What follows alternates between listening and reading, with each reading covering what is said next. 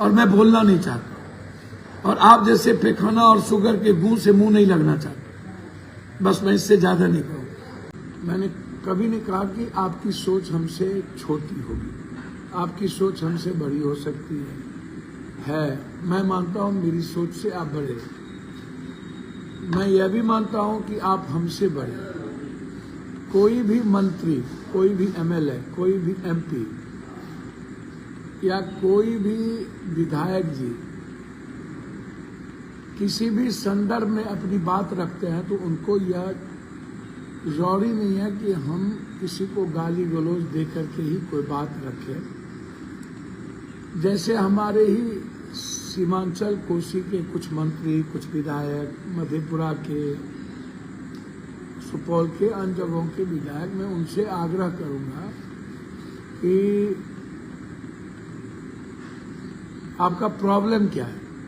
आप मंत्री हैं, कोई विधायक हैं, आपका प्रॉब्लम पब्लिक होना चाहिए, आपका प्रॉब्लम जस्टिस होना चाहिए, ब्लॉक होना चाहिए। मंत्री जी, मैं आपकी इज्जत करता हूं, और आप जिस तरह से अपनी दुकान चलाने के लिए गाली गलौज करते हैं और जिस भाषा का प्रयोग करते हैं, मैं नहीं कहना चाहूंगा, मैं आप लोगों को खूब जानता हूं। देखिए मंत्री जी, विधायक जी, आप किसी पार्टी, किसी पौवा, किसी जाति के आधार पर, हिंदू मुसलमान और बैकवर्ड फॉरवर्ड के आधार पर आप एमएलए, एमपी, मंत्री, संतरी, मुख्यमंत्री, प्रधानमंत्री बनिए। आप खूब बनिए, आप पूरा देश में नफरत पैदा कीजिए, आप किसी जाति को छोटा बनाइए, किसी जाति को गाली दीजिए, किसी को मारिए, काटिए, मुझे कोई आपत्ति नहीं। वो आप जाने, कानून जाने, संविधान क्या कहता है ये मेरे लिए महत्वपूर्ण है। लोकतंत्र को बचाना मेरे लिए महत्वपूर्ण है। मैं आपसे पहले भी कहा था कि मुझको आप ये बताइए, मुझको आप ये कहिए जो मैं आपसे जानना चाहता हूं कि मेरी कोई भी भावना को ठेस मैं आपको तो नहीं पहुंचाता, व्यक्तिगत जीवन में कुछ भी आपको नहीं पहुंचाता, ना मैं आपकी आलोचना करता हूं, ना मुझे कोई आपसे मतलब है। आप क्या करते हैं, नहीं करते हैं, यदि मुझे कोई अच्छा नहीं लगेगा तो मैं लिख दूंगा, व्यक्तिगत आपकी आलोचना नहीं करूंगा। लेकिन सरकार में जब जिम्मेदार जगहों पर है, तो जब मेरे नॉलेज में कुछ आएगा तो मैं अपनी बात सरकार तक पहुंचा दूंगा, बस इतना ही है। उसमें व्यक्तिगत कोई बात तो होती नहीं है। जो सांसद जी उत्तर प्रदेश में रह करके जिस तरीके की बात लगातार बोले, मैं कल भी बोला हूं कि सांसद जी आप क्या करते थे, क्या नहीं करते थे, आपको इतना अकूट पैसा कहाँ से आया, कोई आपकी जमींदारी थी कि आपने देश विदेश से कमाया, आपका क्या किसके साथ रिश्ता था। आप आज भी वो पसंद करते हैं कि मैं बाहुबली हूँ, ताकतवर हूँ। मैं ये सब पसंद नहीं करता। तो आप में मेरे विचारों में फर्क है। आप कौन से अपराधी आपको अच्छा लगता है, कौन सा गैंग अच्छा लगता है, वो आप जानिए। लेकिन मैं कल भी कहा कि आप को अच्छा काम करने के लिए आप सांसद हैं, आप ओलंपिक, आप कुश्ती संघ के अध्यक्ष बने, आप इतने दिन रहे, आपको वर्ल्ड लेवल पर भारत के कुश्ती संघ को ले जाना चाहिए था। आपके नाम से कितना शारीरिक शोषण जुड़ गया, कितना महिलाएं, पुरुष का शारीरिक शोषण लोगों ने, मैं आप ये नहीं कहता हूं कि आप मेरे भाई हैं, आपने शोषण किया। हम भी पहलवान के उस धरना में गए थे जब रो रो कर चिल्ला रहा था कि आपको हटाएं, आप गलत आदमी हैं। हम नहीं कह रहे थे, दुनिया कह रही थी और एक समाज के लोग कह रहे थे। तब तो आपने अपनी जाति का संरक्षण ले लिया। 2 मिनट में आप जाति के कृपा लेने की बात कर लिए। लेकिन जब करनी सेना को मार के अध्यक्ष को मारा गया, मेरा सवाल यही है वहां जुबान क्यों नहीं खुली? वहां आपकी हैसियत और औकात कहाँ चली गई? वहां इतना कायर और कमजोर क्यों हो गए? वहां आपने इस हत्या करवाने वाला, गछने वाले का आपने विरोध या आप क्यों नहीं कहा कि मैं लड़ूंगा, मैं क्षत्रिय समाज का नेता हूं या मैं क्षत्रिय समाज का बाहुबली हूं? मैं आपसे आज कह रहा हूं कि मैं क्षत्रिय भी हूं, मैं ब्रह्म भी हूं, मैं नमो बुद्धाय भी हूं, न मैं भीम भी हूं, मैं मीम भी हूं, मैं कानू भी हूं, तिलका माझी भी हूं। जब कभी ऐसी कोई भी विचार या कोई भी ताकत जो हमारे देश के संस्कृति को, आम कोई भी एक गरीब आदमी इस दुनिया में जिसको कोई चैलेंज करेगा, आम या खास, मैं अपनी जिम्मेदारी सरकार तक पहुंचाऊंगा। ये मेरा कर्तव्य है, दायित्व है। सरकार जाने उनको क्या कानून बनानी है, क्या संविधान बनाना है, क्या संविधान की रक्षा करना है, किसको प्रोटेक्ट करना है, ये सरकार जाने।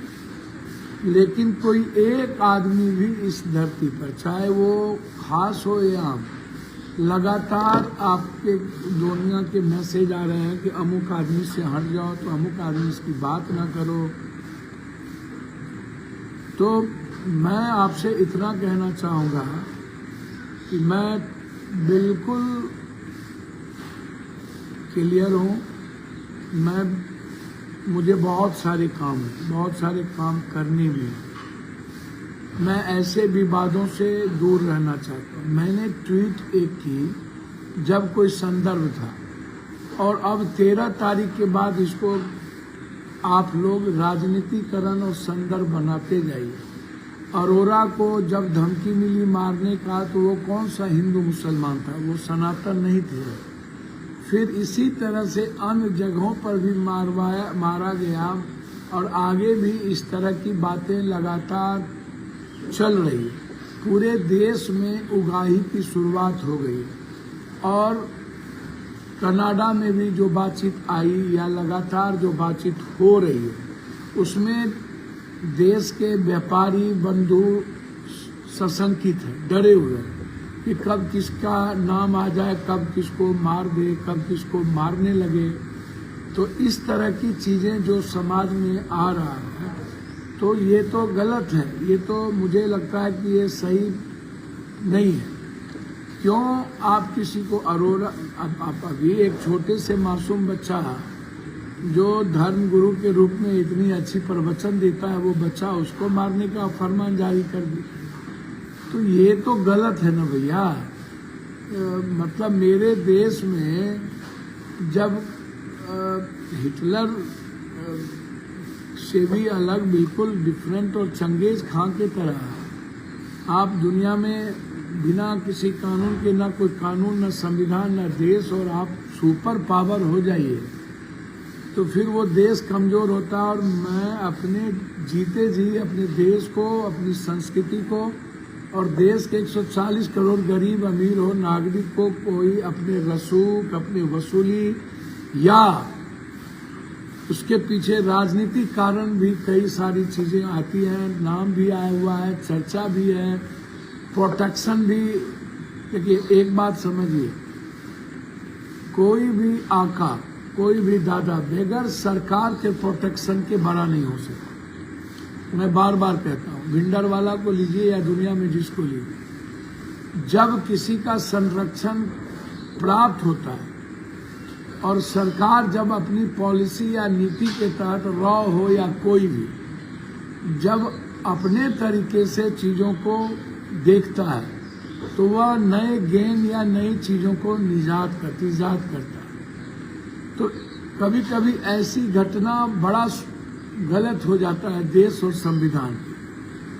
तो मैं समझता हूँ कि जो लोग बड़ी बड़ी बात मलेशिया में, तो कनाडा से बैठकर मार देंगे पप्पू, ठीक है। देखिए, मरने मारना मेरे हाथ में नहीं है, किसी को मार सकता है, कोई मर सकता है, लेकिन सवाल उठता ये है कि सरकार हमारी क्या कर रही है। लगातार चीज़ों पर चीज़ों आ रही है, तो सरकार क्यों मौन, सरकार क्या चाहती है, सरकार किसको भगत सिंह, चंद्रशेखर आजाद या गोडसे बनाना चाहती है, और उसके पीछे सरकार की मंशा क्या है, सरकार की भूमिका क्या है, और सरकार ऐसे लोगों को संरक्षण क्यों देती है। और इतनी बड़ी घटनाओं के बावजूद भी सरकार गंभीर ना हो और सरकार मौन रहे, और सरकार को एक नागरिक की भी सुरक्षा की जिम्मेदारी है। तो मैं तो हम बार बार कहते हैं कि आप कहते हैं सुरक्षा। कल भी मैंने किसी से देख रहे थे, कोई नीरज बाबू एमएलसी हैं, मैं नीरज बाबू एमएलसी साहब से आग्रह करूंगा, मैं आपका बहुत सम्मान करता हूं, इज्जत करता हूं, करता रहूंगा। मैंने कोई भी ऐसी चीजें, मैंने सब कुछ दे दिया था। जो लोग ये कहते हैं कि जो मैंने मोबाइल दी, तो मोबाइल तो सामने में है, वीडियो सामने में है, सब कुछ दिया हुआ है। सारी चीजों को आप जांच कर लीजिए, ईमेल आया हुआ है, जांच कर लीजिए। जो लोग ज्ञानी हैं तो सरकार में है, सरकार से बड़ा तो दुनिया में कुछ होता नहीं है। तो या तो मैं गलत हूं तो हमको फांसी दे दीजिए, या नहीं तो आप अविलंब हम पर केस करिए। आप इतना लेट क्यों कर रहे हैं? एफआईआर हम पर करना चाहिए कि मैंने गलत क्योस पैदा किया। तो आपको लेट होने में, आप गाली गलौज से अच्छा है आपकी सरकार है, आप तुरंत एफआईआर करवाइए। 13 तारीख को मैंने ट्वीट किया था, 14 तारीख के बाद 15 तारीख से आज 2 तारीख, 1 तारीख हो गया, 2 तारीख तक पूरे देश में एक भी न्यूज नहीं है। सिर्फ पप्पू यादव और अन्य मलेशिया, तो ये तो वो क्यों का है, इसका क्या मतलब? एक बात आई गई, इतने चीजों को आप लगातार विवाद में करके, और जो लोग बीच बीच में आकर के गाली गलौज अपनी दुकान चलाने के लिए, पप्पू यादव का नाम लेके अपना व्यूअर्स बढ़ाने के लिए, आपको औकात है ना अपनी व्यूअर्स बढ़ाने के लिए, तो अपने कामों से बढ़ाइए। आपको तो काम मिला हुआ है, आप सरकार में हैं, आप एमएलए हैं, आप एमपी हैं, आप प्रधानमंत्री के नजदीक हैं, आप लगातार काम कर रहे हैं। तो आप काम क्या किए हैं उसको आप बताइए कि हमने ये काम किया, हमने ये दायित्व निभाया है, हमने ऐसा किया है। आप उस बात को क्यों नहीं करते? काम करने में आपको क्या लगता है, क्यों नहीं काम करने का दायित्व आप क्यों नहीं निभाते? मुझे लगता है कि आपको उस दायित्व को निभाना चाहिए, और किसी को गाली गलौज देने से बेहतर है कि आप अपने कामों के बारे में जनता को बताइए कि आप क्या कर रहे हैं। आप ब्लॉक में आधार कार्ड में पैसा बदलवाने में जो पैसा लगता है उसको रुकवा दिए है। आपको औकात है तो आप आरटीपीएस में पैसा लेने से रुकवा दीजिए, सर्वे में रुकवा दीजिए, जमाबंदी में रुकवा दीजिए। सो तो आप मंत्री, विधायक, एमपी, एमएलए को ये औकात तो होती नहीं है, तब भी इतना अहंकार किस बात का है? जब आप एक जनता को बगैर पैसा का आप औकात ही नहीं है, और आपको और दूसरा पैसा लूटने के अलावे, दूसरा पीसी लेने के अलावे आपको कोई औकात ही नहीं है। उसके बावजूद आप अपनी हैसियत को बड़ा करते हैं। हम याद दिलाना चाहेंगे आपको कि जब एक मंत्री जी की पत्नी चुनाव लड़ रही, एमएलसी की चुनाव लड़ रही थी, तो मैंने अपने बहू के तरफ मैंने उनकी मदद की। नहीं की तो आप अपने बच्चों के माथे पर हाथ रख के कहिए कि पप्पू यादव ने ओपन आपकी मदद की थी या नहीं, और आप पहली बार एमएलसी बने थे या नहीं। क्या मैं बेटी नहीं मानता हूँ? क्या मैं बहू नहीं मान करके काम किया था? मैं उन मंत्री जी से पूछना चाहूंगा कि जो बड़बोलेपन से ही आप अपनी सुर्खियों में रहना चाहते हैं।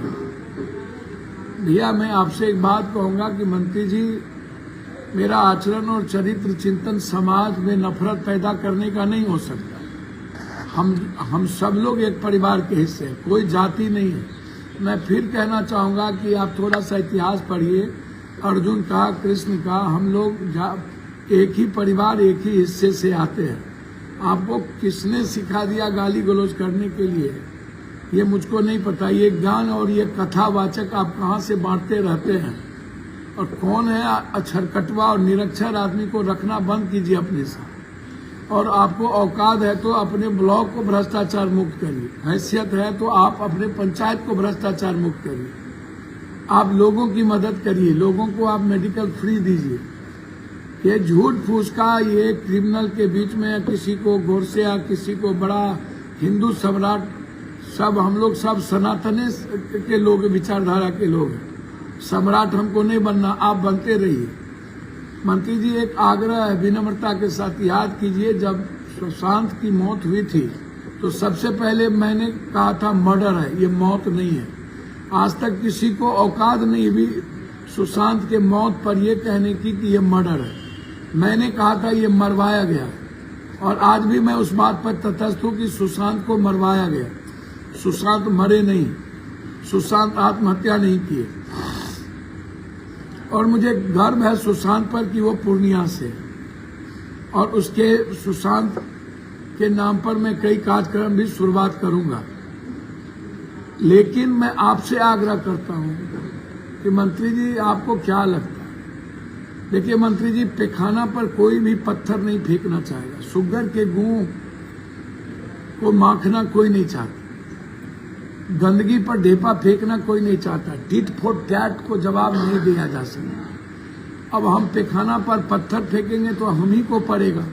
अच्छा, कोई कमजोर तो है नहीं, संख्या भी 3 गुना 4 गुना ज्यादा है लोग। यदि मैं एक प्रतिक्रिया दे दूं और आपके कारण किसी जाति या किसी चीजों के बीच नफरत और पैदा होने लगे तो ये तो गलत होगा। इसीलिए मंत्री जी, मैं आपकी इज्जत जाति के आधार पर भी, परिवार के आधार पर भी करता हूं, और मैंने हमेशा आपका सम्मान किया है।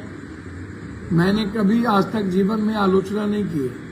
दूसरी चीज, मैं यदि कुछ बोलूंगा और कल कोई मेरे समाज के कोई बच्चे या मुझको प्यार करने वाला किसी भी जात का लड़का आपके खिलाफ कुछ बोल दिया तो इससे नफरत पैदा होगा और फिर ठीक नहीं होगा। लोगों में तकलीफ होती है जब आप गाली गलौज तक उतरते हैं और जिस बात को लेके आप कहते हैं ये सही आचरण नहीं है, इसको सुधारना चाहिए और अपने कामों में लगना चाहिए।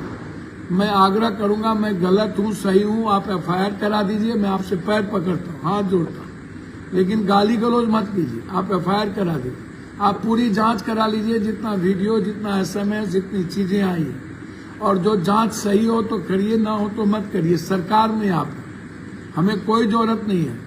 मतलब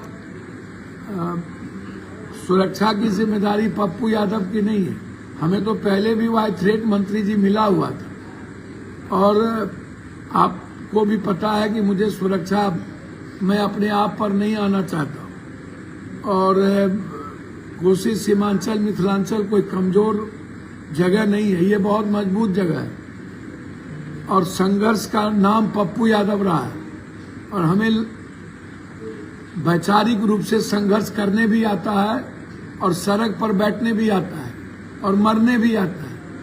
तो हम मरने की तैयारी भी कर सकते हैं आपके इस आचरण के कारण। लेकिन मैं, कहावत है, ऊंट बैठ जाए तो गधा से ऊंचा है, हाथी चले बाजार कुत्ता भूखे हजार। कुत्ता जब भूखने लगे तो उसको रोटी फेंक के चुप कर दीजिए, उसको लाठी मत मांगे।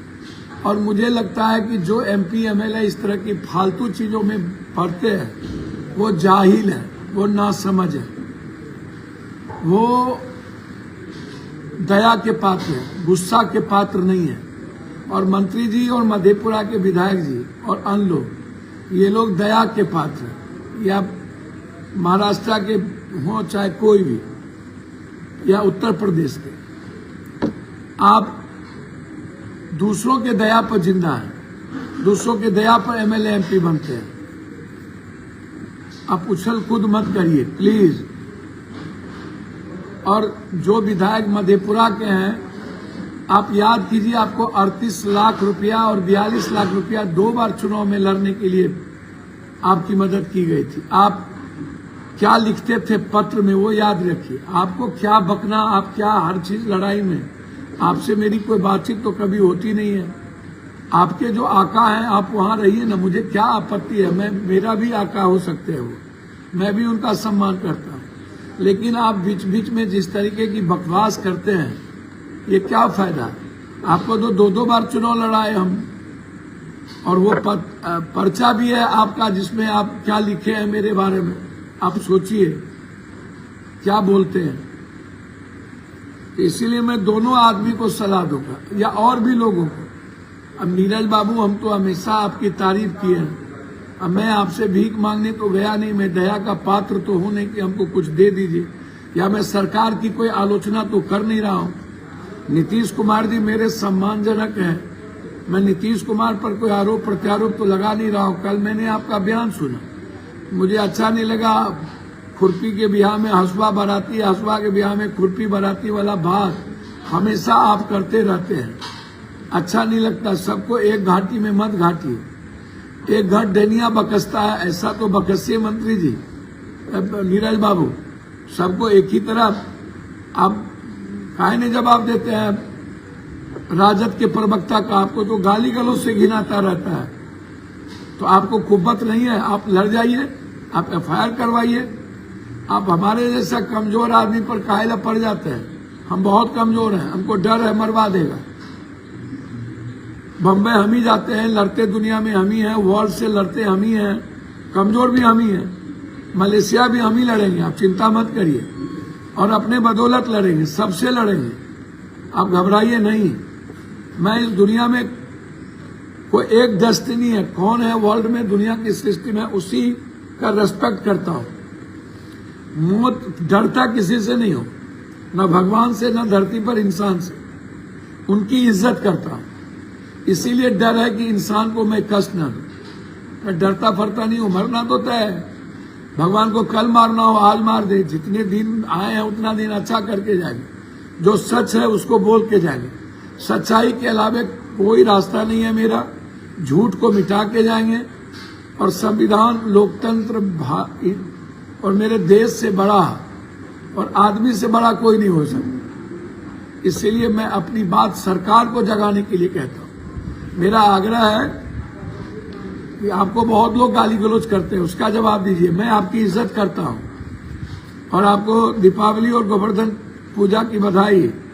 मंत्री जी आपको भी, ब्रजभूषण भाई आपको भी, विधायक जी आपको भी, और उन लोगों के भी जो आलोचना करते रहते हैं हमेशा 24 घंटा।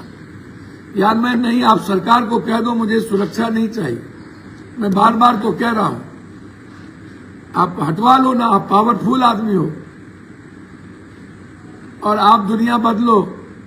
मैं तो बार बार कहता हूं कि आप दुनिया बदलिए, तो क्या प्रॉब्लम है दुनिया बदलने में? तो अच्छा नहीं लगता। मैं आपसे आग्रह करूंगा कि मैं फिर बार बार कह रहा हूं कि देश में बहुत काम है, कोसी सीमांचल में विकास को लेकर के है, फैक्ट्रियों को लेकर के है, बहुत सारे काम करने हैं। चिट्ठी की तरह आकाश मत टेकिए। मैं किसी दिन भाई दिवे मेरी मुंह से भूल से भी कुछ निकल गई तो शायद वो बहुत भारी पड़ेगा। ये सही नहीं है। किसी भी चीजों की एक सीमा होती है। आप बराबर और लगातार आप कुछ न कुछ बके जा रहे हैं। हर 3 दिन 2 दिन पर सुर्खियों में रहने के लिए, अरे आपको अपनी चट्टा क्यों नहीं, अपनी औकात क्यों नहीं है सुर्खी में रहने के लिए? आप अच्छा काम करिए। पप्पू यादव के सहारे क्यों अपनी जिंदगी जीना चाहते हैं? यदि आपके आंख में पानी और शर्म है, लाज है, बेहयापन है, तो मैं आपके रास्ते नहीं आता हूं। आपको मेरा विचार अच्छा ना लगे तो आप प्रेस कॉन्फ्रेंस करके कहिए कि उनका विचार अच्छा नहीं है, लेकिन निजी हमले उचित नहीं है और हम लोग एक दूसरे पर निजी हमले ना करें। और मेरी सुरक्षा की चिंता आप मत करिए, जनता करेगी, हमारे लोग करेंगे, और मैं काम कर रहा हूं। मैं जनता के बीच हूं। आपका यदि कहीं से उनके साथ संबंध है, इतला है, तो फोन कर दीजिए कि मैं जनता के बीच हूं। आए, मैं तो भर दिन गरीबों के बीच रहता हूं, आए और मारे। मैं तो बार बार कह रहा हूं, आप लोगों को इतनी चिंता क्यों हो रही है कि हम डर गए। हम तो कह रहे हैं कि हम डर गए। अब खुश रहिए ना, अपने मियां मिट्ठू बनिए। हम डर गए, प्लीज खुश रहिए। हमको डर लगता है, तो आपको पता चलेगा, आगे आगे देखते चलिए।